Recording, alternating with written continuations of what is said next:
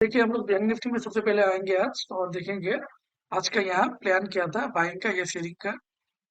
तो मार्केट थोड़ा-सा क्रिटिकल था, डिसीजन लेना है, बाय करना है, सेलिंग करना है और लॉजिक मैं आपको बाद में बताऊँगा क्यों क्रिटिकल था मार्केट डिसीजन लेना बाइंग का या फिर सेलिंग का।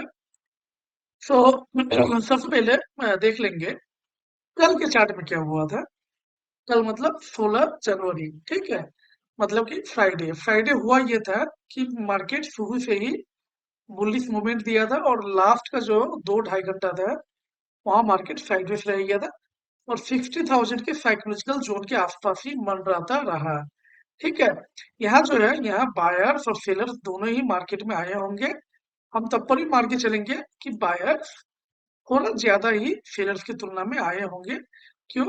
क्योंकि अल्टीमेटली आदमी को और मार्केट को ऊपर ही जाना होता है। तो ऐसा मानते हुए लोग ज्यादा यहाँ बाय कर लेते हैं सेलिंग की तुलना में। बायर्स कहीं न कहीं ज़्यादा यहाँ पे आ चुके हैं, इसलिए मैंने यहाँ पे एक बी लिख रखा है। ठीक है, हम मान के चलें कि यहाँ पे बायर्स लोग आए हुए हैं। सेलर्स नेग्लिजिबल है मार्केट में। इसके अलावा यहाँ पे बायर्स थे और यहाँ पे बायर्स थे।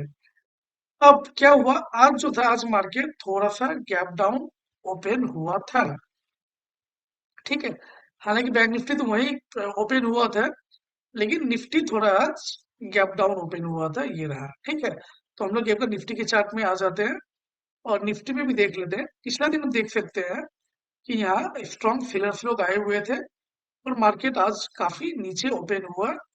ठीक है, अब देखिए मार्केट अगर इतना नीचे ओपन होता है तो मार्केट तो डायरेक्टली इस तरह से ये सेलर्स को निकालने तो नहीं जाएगा। ऐसा अमूमन 1.5-2 महीने में एक बार ही ऐसा होता है। ठीक है, और जैसे कि हम देख सकते हैं नीचे भी कुछ बायर्स लोग हैं। अगर थोड़ा चार्ट में पीछे चले तो हमें यहाँ बायर्स दिख रहा है, तो मार्केट इन बायर्स को टारगेट कर सकता है क्योंकि इन बायर्स को ऑलरेडी 3-4 दिन हो चुके हैं। तो मार्केट सबको नहीं छोड़ता है, तो मार्केट कहीं ना कहीं इनको भी निकालने के लिए एक बार नीचे की तरफ आएगा और आने के बाद अगर ऊपर जाना होगा तो फिर ऊपर जा सकता है। लेकिन ये सेलर्स को टारगेट कर पाना काफी मुश्किल है दोनों ही केस में। अगर मार्केट यहाँ भी ओपन होता है नीचे और ओपन होके अगर ये बायर्स को निकालने जाता है तो भी ऊपर जा पाना मुश्किल होता है। और अगर मार्केट यहाँ ओपन होते ही ऊपर जाना स्टार्ट कर देता है तो भी ये डायरेक्टली इस तरह से ऊपर नहीं जाएगा क्योंकि ऐसा 1.5-2 महीने में एक बार होता है। तो यही चीज सोचते हुए अपना जो प्लान था वो ये था कि मार्केट इन शेयर्स को टारगेट नहीं करेगा, तो मार्केट इन बायर्स को टारगेट करेगा। इन बायर्स को टारगेट करेगा तो फिर मार्केट सेलिंग साइड में जाएगा। इसीलिए हमने बैंक निफ्टी में और निफ्टी में दोनों ही साइड आज सेलिंग का ही प्लान रखा हुआ था। और जब फर्स्ट कैंडल इतना बड़ा रेड कैंडल बन जाए तो कंफर्मेशन जो है वो और पक्का हो जाता है। ठीक है, अब हम लोग सेलिंग का ट्रेड ले तो कहाँ ले। देखिए सेलिंग का ट्रेड तो वैसे इसी रिट्रेसमेंट में ले सकते हैं, लेकिन मार्केट जिस तरह से आजकल स्टॉप लॉस हिट कर रहा है, ना ही बायर्स को कोई प्रॉफिट दे रहा है ना ही सेलर्स को, तो यहाँ ट्रेड कर पाना काफी कठिन था। और यहाँ वीक भी हम देख सकते हैं काफी बड़ा बड़ा वीक बन रहा था। ठीक है, सेलिंग का तो सेलिंग किया जा सकता था लेकिन वीक इतना बड़ा बड़ा बन रहा था तो अपना तो हिम्मत हुआ नहीं कि हम यहाँ सेल करें। अब सेलिंग का ट्रेड बनता कहाँ पर था।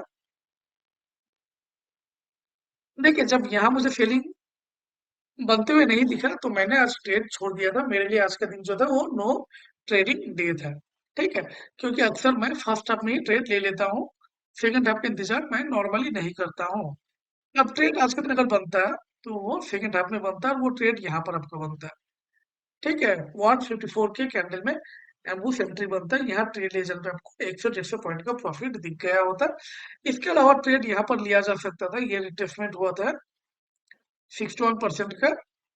सो यहाँ पर भी ट्रेड लिए जाने पे लगभग आपको 120-130 पॉइंट स्पॉट चार्ट में दिखता है। ठीक है, तो दो जगह सेलिंग ट्रेड था, दोनों ही जगह ट्रेड लिए जाने पे आपको 1:2 का रिस्क रिवार्ड बैंक निफ्टी में मिल जाता है। निफ्टी की बात कर ले तो निफ्टी में भी ट्रेड कुछ उस तरह का ही बना था। हम लोग फिबोनाची टूल के थ्रू देख लेंगे कहाँ ट्रेड था। तो ट्रेड की बात कर ले, थोड़ा सा हमें एडजस्ट भी करना पड़ता है बीच बीच में। तो अगर हम लोग एडजस्ट करेंगे तो यहाँ हम लोग 61% देख सकते हैं। तो ट्रेड जो था वो आपका रिट्रेसमेंट में यहाँ बनता है, ठीक है। लेकिन ये लगभग 3 बजे के आसपास हो चुका है, तो हम लोग नॉर्मली 3 बजे के आसपास ट्रेड नहीं लेते। अगर ट्रेड लिया जाता तो आपको 1:2 का रिस्क रिवॉर्ड मिल गया होता। मिलते हैं कल, तब तक के लिए धन्यवाद। जय हिंद।